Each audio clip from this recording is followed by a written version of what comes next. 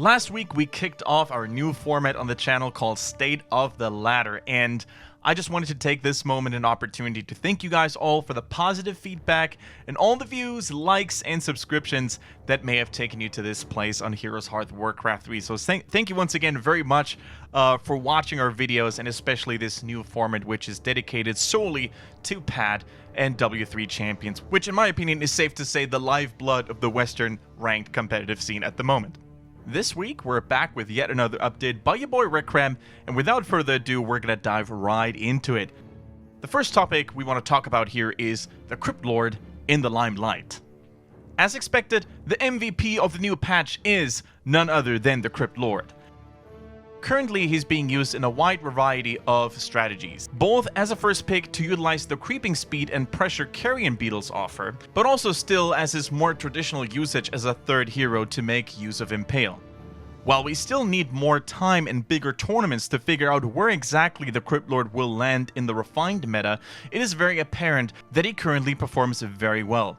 Of all the undead heroes, he currently has the highest win rate on W3Champions when picked first, a whopping 57.5% win rate. Apart from the Crypt Lord, changes in the patch were mostly small tweaks aimed to balance things out without changing the meta too much. Nerfs to Thunderclap, War Stomp, Greater Mana Potion, and Pendant of Energy were by many seen as long overdue. While the nerfs were noticeable, both set spells and items are certainly still very strong.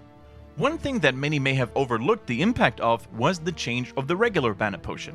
Becoming cheaper in exchange of restoring a little bit less mana has made it much more common to carry one around to always have an extra charge of your spells, especially if you're playing a hero with fight-winning spells like Tauren Chieftain, Mountain King, or Crypt Lord. Furthermore, this change could also be perceived as a small, indirect nerf to the Demon Hunter, whose main function is preventing opposing heroes from using their spells with mana burn. Lobbying for new maps. Remo, a friend of the stream, and one half of the Back to Warcraft duo and a pillar of the community, has for some time been vocal about his affection for the community-made map Brightwater Oasis. The map was created 2 years ago by Mafe in a Hive Workshop mapping contest, but with the new patch, it has replaced Dalaran in Blizzard's ladder map pool. Reaching out to people through the W3Champions Discord, Remo suggests Brightwater Oasis being added to the ladder's map pool to give the map a chance in a competitive environment. The last time we've seen a change in the tournament map pool was when NetEase replaced Ancient Isles and Turtle Rock with Concealed Hill and Northern Isles almost 2 years ago. For there to be a change in the tournament map pool, a big tournament organizer like NetEase or the ESL need to adopt the map into their pool. Testing maps on W3Champions would allow us to get a better idea of the map and its potential flaws. This would help us determine if the competitive environment will make it or break it before it would hit the big stages. In addition to a mixed tile set and unconventional creeps, the map which Remo is lobbying for has one distinctive feature: buildings with random spawn positions.